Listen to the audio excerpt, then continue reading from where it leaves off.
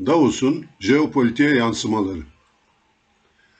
Yarım yüzyıldır küresel kapitalizmin vizyon ve doktrin merkezi olan Davos'ta Dünya Ekonomik Forumu 2026 19 ila 23 Ocak tarihleri arasında A Spirit of Dialogue, diyalog ruhu temasıyla icra edildi. Tarihinin en önemli toplantısında 1945 sonrası kurulan Pax Americana düzeninin sona erdiği hem finans kapitalin patronları hem de Avrupalı sömürge imparatorluk mirasına sahip devletlerin bugünkü temsilcileri olan Fransa, Almanya ve İngiltere'nin seçilmiş liderleri tarafından resmen itiraf edildi. İlan edilen diğer bir konu da şüphesiz küreselleşme ve neoliberalizmin sonu oldu. Finans kapitalin temsilcileri halkın güvenini kaybeden siyasi ve ekonomi seçkinlerine vurgu yaparak gelir adaletsizliğinin sürdürülemezliği çerçevesinde neoliberal düzenin artık yıkılma aşamasına geldiğini kabul ederken, siyasiler hukukun yerini gücün aldığını ve gerçekte kurallara dayalı uluslararası düzen anlatısının kısmen bir kurgu olduğunu, büyük güçlerin işlerine geldiğinde kuralları askıya aldığını açıkça kabul etti. Bu açıklamalar içinde herhalde Trump için en kaygı veren hamle, kuzeydeki akraba komşusu Kanada'dan geldi. Trump'ın yeni ulusal güvenlik doktrininde Batı yarımküre sınırlarına dahil ettiği ve açıkça tehdit ettiği Kanada Başbakanı, kurallara dayalı düzen anlatısının bir kurgu olduğunu itiraf ederek, finans, ticaret, enerji ve tedarik zincirlerinin artık karşılıklı fayda değil, baskı ve silah haline geldiğini ve Batı dünyasının artık bir geçişte değil, açık bir kopuşun içinde olduğunu beyan ederek Çin'le stratejik ortaklığını ilan etti. Aslında yaşanan jeopolitik gerçeklerle finans kapitalin çıkarlarının kaçınılmaz sonucuydu. Amerika Birleşik Devletleri'nin geri çekilmeyi zorla kabulü. Amerika Birleşik Devletleri artık tüm küreyi etkileyecek jeopolitik güce sahip değil. Askeri, teknolojik, endüstriyel göstergelerde Çin'le başa baş. Hatta geride kalınması bu yapısal kırılmanın kanıtları. Tek kutuplu hegemonya iddiasını sürdüremiyor. Trump yaptığı tehditleri daha sonra geri çekiyor. Grönland'da askeri güç kullanımından ya da Avrupa Birliği'ne yüksek gümrük yaptırımlarından bir anda vazgeçebiliyor. Örneğin Grönland konusunda başlangıçta askeri güç kullanabileceğini söyleyen Trump, Davos'a gelirken Amerikan borsasında 800 milyar dolara yakın kayıp yaşanınca askeri seçenekten vazgeçtim demek zorunda kalıyor. Gerçekte Amerika Birleşik Devletleri yeni dünya düzeninde kendine yer kapıyor. Bu nedenle de Batı yarımküreyi Monroe doktrinini yeniden canlandırarak kayıtsız şartsız kendine bağlamak istiyor. Bu bile Amerika Birleşik Devletleri'nin küresel kapasite kaybının itirafıdır. Ancak burada bile ne Kanada'nın ne Brezilya'nın Çin'le ilişki kurmasına mani olamıyor. Ya da Arjantin'in Çin'le tüm ekonomik bağlarını korumasını engelleyemiyor. Bu devletler BRICS ve küresel güney ülkeleri gibi Amerika Birleşik Devletleri'nin baskı ve tehdit temelli yaklaşımının ters etki yarattığının somut örnekleri. Ülkeler, Amerika Birleşik Devletleri'nin tehditleri karşısında Çin'le denge arayışına gidiyor. Çin'in sunduğu ticaret altyapı finansmanı ve karşılıklı fayda modeli ise zorlama içermediği için çekim alanı oluşturuyor. Davos'ta Çin net bir kopuştan çok kontrollü bir belirsizlik üzerinden ele alındı. Amerika Birleşik Devletleri açık bir sistemik rekabet hattı çizerken Avrupa ülkeleri ekonomik gerçeklerle jeopolitik baskılar arasında denge kurmaya çalışıyor. Bir yandan Çin'le ticaret, yatırım ve pazar erişimi sürdürülmek istenirken, diğer yandan teknoloji, güvenlik ve kritik altyapılarda mesafe koyma çabası dikkat çekiyor. Bu durum, Avrupa'nın Çin'e yönelik politikasının stratejik netlikten ziyade taktik esneklik üzerine kurulduğunu gösteriyor. Amerika Birleşik Devletleri'nin baskıcı yaklaşımı ise sadakat yerine kopuş üretiyor. Artık Amerika Birleşik Devletleri için çok kutupluluk bir tercih değil. güçten düşmüş olmasının semptomatik sonucu ve gerçeğin kabulüdür. Fransa, İngiltere, Almanya, Kanada, Suudi Arabistan gibi müttefiklerinin artık Amerika Birleşik Devletleri merkezli düzenin sona erdiğini açıkça dile getirmesi bu güçsüzlüğün sonucudur.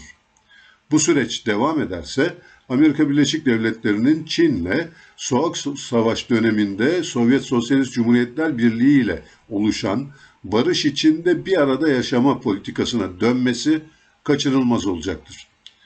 Tabii bunun diğer alternatifi savaştır.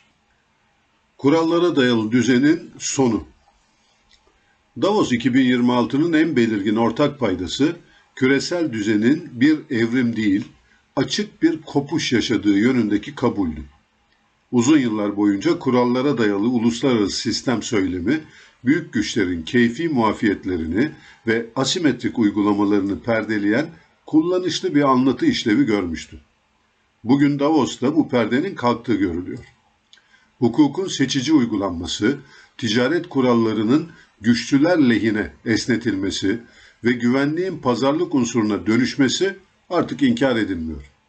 Bu konuda herhalde en çarpıcı siyasi açıklama Kanada Başbakanı eski finansçı Carney'den geldi.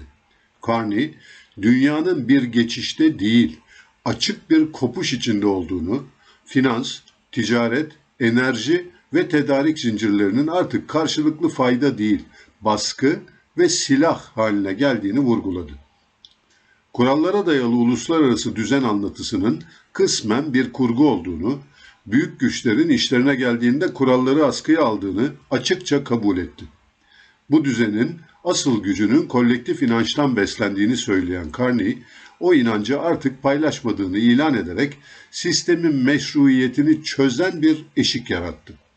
Carney'in Davos'taki deklarasyonu, Amerika Birleşik Devletleri liderliğindeki liberal düzenin ideolojik temelinin çöktüğünü duyuran çağ açıcı bir beyan ve Batı'nın soğuk savaş mantığıyla ayakta kalan sisteminin sona erişi olarak değerlendirilebilir. Ancak bu beyan aslında Libya'dan Irak'a, Suriye'den Gazze'ye, İran'dan Lübnan'a yaşanan her türlü emperyalist saldırıya destek veren bir devletin kendine ve Grönland, Danimarka'ya tehdit geldiğinde gerçekle yüzleşmeyi tercih ettiğini ama son tahlilde ikiyüzlülüğünün de en açık itirafı da oluyor. Hukukun yerini gücün almasına karşı cepheleşme. Davos 26'ya katılanlar ortak bir endişe olan dünyanın hızla hukukun geri çekildiği ve gücün belirleyici olduğu bir düzene sürüklendiği tespitinde birleşti. Alman şansölye Friedrich Merz, Fransız Cumhurbaşkanı Emmanuel Macron ve İngiltere Başbakanı Keir Starmer bu gidişata farklı pencerelerden baksa da ortaya çıkan tablo aynıydı. Gazze'de yaşananlar da İsrail'in İran'a saldırısında, Amerika Birleşik Devletleri'nin Venezuela devlet başkanını kaçırmasında ya da gölge filoya ait damgalama ile açık denizde sivil ticaret gemilerine kayıtsız şartsız çıkılmasındaki hukuksuzluklara sessiz kalan bu devletler bir anda güç siyasetine dayalı bir dünyanın tehlikeli olduğunun farkına vararak veryansın etmeye başladılar. Kuralların işlemediği bir ortamda sadece küçük devletlerin değil, büyük güçlerin de güvensizleşeceğini söyleyenler gücün tek ölçüt haline gelmesini eleştiriyorlar. Peki daha geçen sene başta Gazze olmak üzere zayıf devletlere karşı siz de bu gücün bir parçası değil miydiniz? Hukukun caydırıcılığı zayıfladıkça silahlanma ve bloklaşma kaçınılmaz hale geliyor ya da hukukun üstünlüğünden değil, üstün olanın hukukundan söz ediliyor diyenlere sormak lazım. Neden o halde Batı'nın avına dönüşen ülkelerin silahlanmasını eleştiriyordunuz?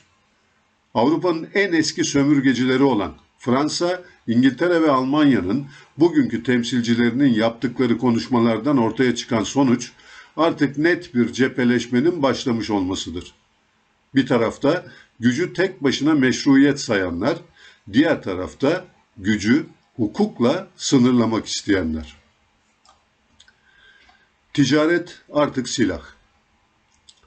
Davos'ta ekonomi başlığı altında yapılan hemen her tartışma ticaretin artık tarafsız bir refah aracı olmaktan çıktığını ortaya koydu. Tarifeler müzakere sopasına, yaptırımlar jeopolitik cezalandırma mekanizmasına, tedarik zincirleri ise kırılganlık alanlarına dönüştü. Küresel entegrasyonun sağladığı verimlilik büyük güçler tarafından rakipleri baskılamak için kullanılan bir avantaja evrildi. Bu durum özellikle orta ve gelişmiş ekonomilerde ticari güvenlik kavramını öne çıkardı. Serbest ticaretin yerini seçici, kontrollü ve siyasileşmiş ticaret almaya başladı. Davos'ta açıkça hissedilen bir diğer gerçek, Amerika Birleşik Devletleri ile Avrupa arasındaki yapısal mesafenin artık geçici bir gerilim olarak görülmediğiydi. Ticaret açıkları, otomotiv ve sanayi ihracatı, regülasyon savaşları ve savunma harcamaları bu ayrışmanın somut başlıkları haline geldi. Washington, Avrupa'yı güvenlikte yük paylaşmayan ama ticarette avantaj sağlayan bir blok olarak değerlendirirken, Avrupa ise Amerika Birleşik Devletleri'ni öngörülemez, tek taraflı ve maliyet dayatan bir ortak olarak algılıyor. Transatlantik ilişki bundan böyle değer ortaklığından ziyade sert pazarlık zeminine kaymış durumda. Davos 26'da Trump, Grönland pazarlığında Avrupa'ya ve özellikle Danimarka'ya karşı ek gümrük vergileri uygulayabileceğini söyleyerek ekonomik baskı tehdidinde bulunurken, Avrupa'nın enerji ve genel ekonomik politikalarını sert biçimde eleştirdi ve kıtanın yanlış yöne gittiğini tekrar vurguladı. Bu çerçevede yenilenebilir enerji politikalarını da hedef alan Trump, özellikle rüzgar enerjisini verimsiz ve zararlı olarak nitelendirerek Avrupa'nın enerji dönüşümünü hatalı ve sürdürülemez bir tercih olarak tanımladı. Bu ifadeler bile sanki Trump'ın Amerika Birleşik Devletleri Avrupa evliliğini bilerek ve isteyerek en kısa zamanda bitirmek istediğinin bir manifestosuydu. Güvenlik ekonomi bağlantısının kopuşu. NATO tartışmaları Davos'ta doğrudan yapılmasa da arka planda belirleyici bir rol oynadı. Amerika Birleşik Devletleri'nin ittifak içindeki askeri harcama yükünün büyüklüğü artık sadece güvenlik değil, ekonomik ve siyasi bir kaldıraç olarak kullanılıyor. NATO devletlerinin savunma bütçesi toplamının %66'sına denk gelen büyük bir savunma bütçesine sahip Amerika Birleşik Devletleri, aynı zamanda NATO yıllık harcamalarının %16'sını karşılıyor. Trump, birinci döneminden bu yana Avrupa'nın bu jeopolitik tembelliğini eleştiriyordu. Avrupa artık Amerika Birleşik Devletleri için refah ve güvenlik üreten bir unsur olmaktan çıktığını gören Trump, bu bloktan kurtulmak istiyor. Washington, güvenlik şemsiyesinin bedelini ticaret, enerji ve stratejik uyum alanlarında tahsil etmeye yönelirken, Avrupalı ülkeler bu durumu egemenlik ve özerklik sorunu olarak görüyor. Böylece güvenlikle ekonomi arasındaki geleneksel denge bozuluyor. NATO içi ilişkiler de koşullu hale geliyor.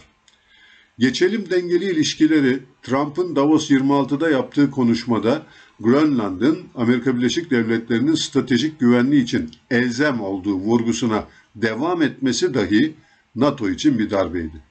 Zira eğer Kuzey Atlantik İttifakı varsa Grönland'ın savunması NATO için elzem olmalı demeliydi.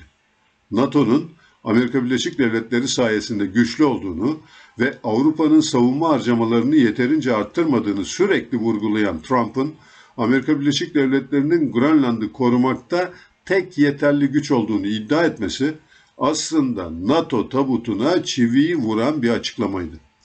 Diğer yandan Donald Trump'ın Avrupa Birliği ve NATO'yu tehdit olarak görmesi, kişisel üslubundan çok Amerika Birleşik Devletleri'nin içine girdiği yapısal hegemonya krizine verdiği sert ve çıplak bir tepkiyi yansıtıyor. NATO'ya bakışı ideolojik değil, kontrol ve maliyet ekseninde şekilleniyor. Resmi söylemde yük paylaşımını öne çıkarıyor. Ancak asıl rahatsızlığı parayı ve askeri yükü Amerika Birleşik Devletleri'nin taşımasına rağmen stratejik karar verme sürecinin sahipliğinin tek başına Washington'da olmamasından kaynaklanıyor. Trump'a göre ittifaklar stratejik bir çarpan değil. Avrupa Birliği'ni Amerika Birleşik Devletleri pazarını kullanarak sanayisini büyüten, otomotivden makineye, kimyadan yüksek katma değerli üretime kadar sürekli Amerika Birleşik Devletleri'ne büyük ticaret fazlası veren, buna karşılık kendi pazarını koruyan bir ekonomik rakip olarak görüyor. Bu tabloyu Amerikan sanayisinin çöküşü, orta sınıfın erimesiyle doğrudan ilişkilendiriyor. Avrupa Birliği'nin stratejik özellik arayışını, dijital egemenlik hamlelerini, Amerika Birleşik Devletleri teknoloji devlerine getirdiği regülasyonları ve Çin'le temas kanallarını açık tutmasını ise Amerika Birleşik Devletleri'nin kurduğu düzeni içeriden aşındıran bir meydan okuma olarak okuyor.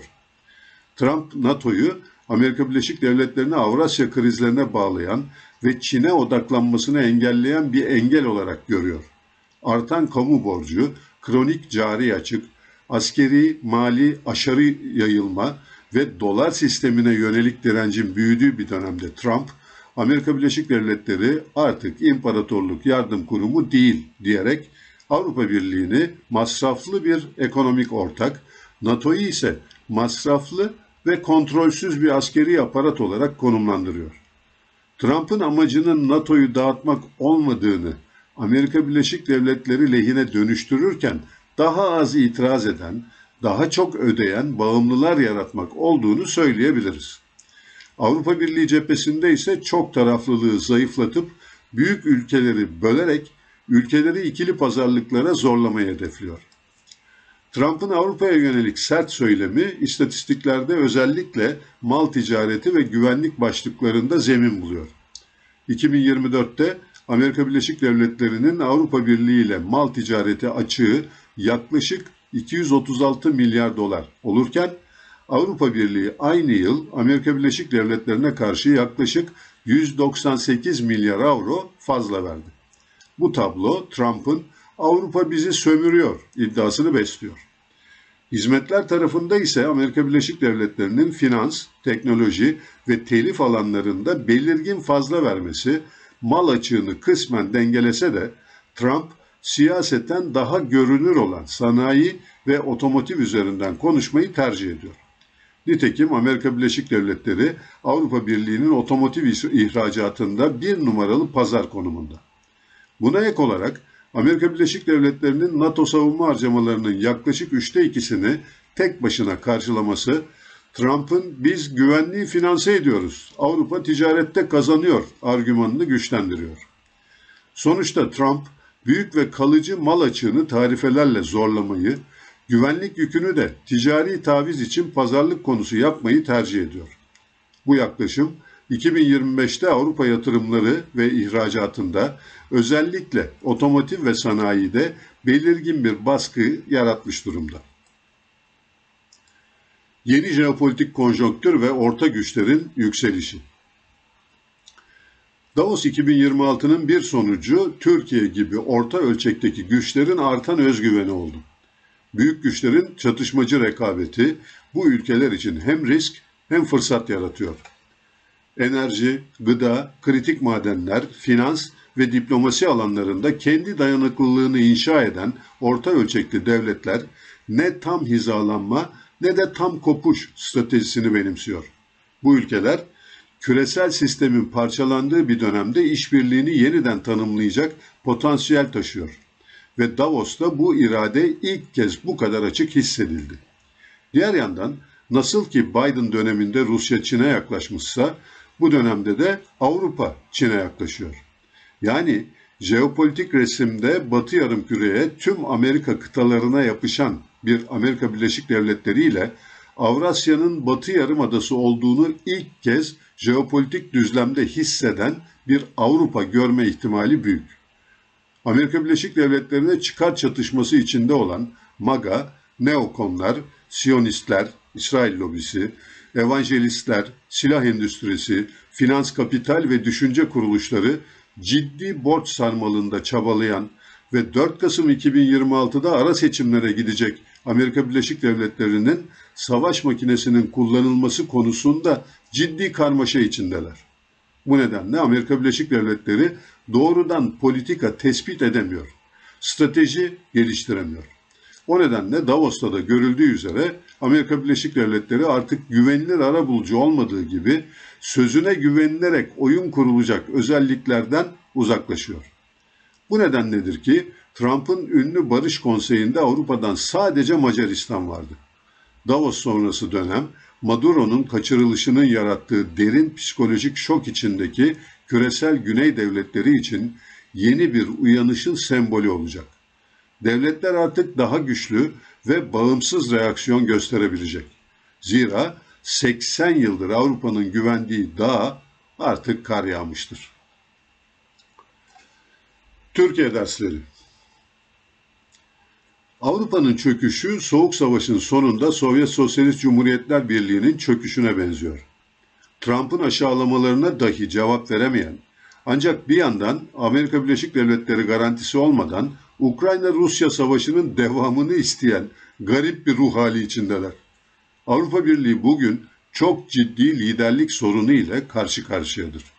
Liderler halktan destek görmezken vasatın altında bir duruşa sahiptirler. Grönland bu çöküşün simgesidir. Amerika Birleşik Devletleri ise 1971 sonrası altın yerine dolar sistemine bağlanarak kazancını üretimden değil, finans kapitalden alan bir devlete dönüştü. Bugün üretmeyen, korumacılık ve gümrük savaşlarıyla örtülen mafya tarzı bir imparatorluğa savruldu. Venezuela, İran ve Grönland hamleleri bir nevi çalma ve el koyma güdüsünün ürünü. Türkiye, 80 yıldır rota tuttuğu Amerika Birleşik Devletleri ve Avrupa'nın bu acıklı haline iyi bakmalıdır. Artık hiçbir şey eskisi gibi değildir. Davos 2026'da açığa çıkan tablo, Türkiye açısından yalnızca küresel düzenin çözülüşünü izlemekle yetinilemeyecek kadar açıktır. Bu tablo aynı zamanda bir stratejik muhasebe ve rota çizme zorunluluğunu dayatmaktadır. Özellikle Türkiye için birinci ders, artık hiçbir küresel düzen anlatısının kalıcı ve bağlayıcı olmadığı gerçeğidir. Kurallara dayalı düzen, stratejik ortaklık, ittifak dayanışması gibi kavramlar, büyük güçlerin çıkarlarıyla çatıştığı anda askıya alınabilen söylemler haline gelmiştir. Bu durum, en büyük gücü coğrafyası ve milleti olan Türkiye'nin güvenliğini, ekonomisini ve dış politikasını soyut normlara değil, somut kapasiteye, caydırıcılığa ve çok boyutlu ilişki ağlarına dayandırması gerektiğini göstermektedir. İkinci ders, ticaretin, ekonominin ve enerji tedariğinin artık teknik bir alan değil, doğrudan bir güvenlik meselesi haline gelmiş olmasıdır. Davos'ta açıkça görüldüğü üzere gümrük tarifeleri, yaptırımlar, finansal erişim ve tedarik zincirleri birer baskı ve yönlendirme aracına dönüşmüştür.